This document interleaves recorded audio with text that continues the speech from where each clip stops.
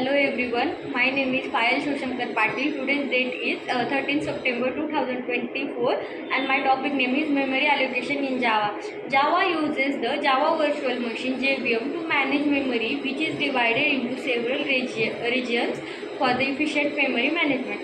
These regions store different types of data and manage object lifecycle. Breakdown of how memory is allocated and managed in Java. JVM memory areas. Java's memory is mainly divided into two parts. First is stack memory. For stack memory allocation, heap memory for the dynamic memory allocation, and a stack memory purpose used to store method specific values such as local variables, method arguments, and reference to the objects into the heap. Storage type, it contains primitive data type int, char, float, etc. and reference to object but not the object themselves. Lifespan, stack memory is tied to the life of a thread. Each thread has its own stack. When a method is invoked, a new block is created in the stack. Automatic memory management. Stack memory is automatically deallocated when a method finishes execution. This process is fast because allocation and delocation follow the last in a first out, that is FIFO. Then heap memory purpose. Heap memory is used for dynamic memory allocation. All objects and their instance variable are stored here.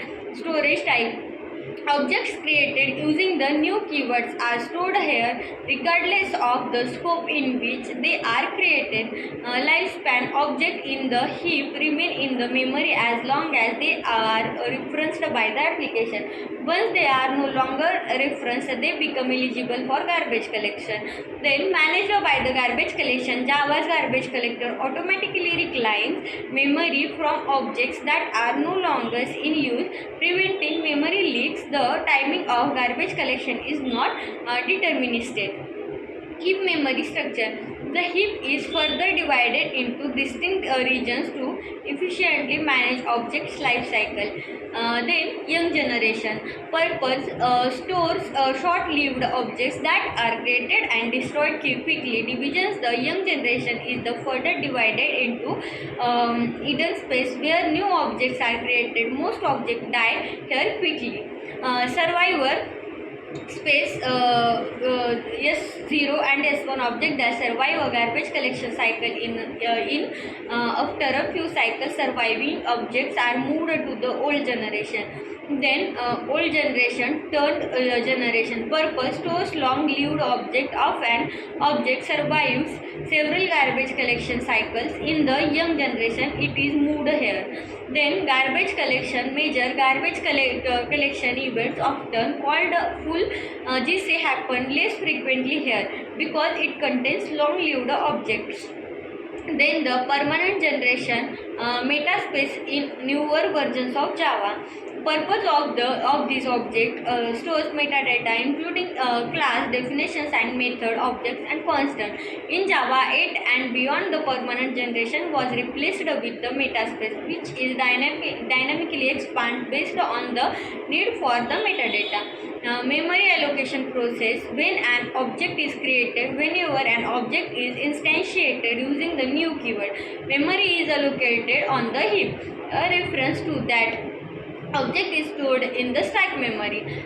Method calls. When a method is invoked, memory for its local variables and method parameters is allocated on the stack.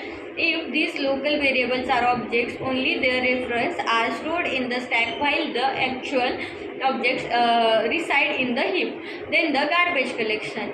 Java automatically manage the memory through the garbage collection. The garbage collector reclaims memory from the objects that are no longer reachable or the referenced in the application. Key types of a garbage collection. Minor GC. Target happens in the young generation. It is a frequent and short process collecting objects that are no longer referenced. Major full GC happens in the old generation and sometimes across the entire heap. It's less frequent but can be slower because it involves more objects. Automatic versus manual control. Garbage collection is mostly automatic, but the JVM parameters allow tuning garbage collection behavior. That is setting heap size limits, choosing GC algorithms like G1, CMS and etc. That's all about the memory allocation in Java. Thank you so much.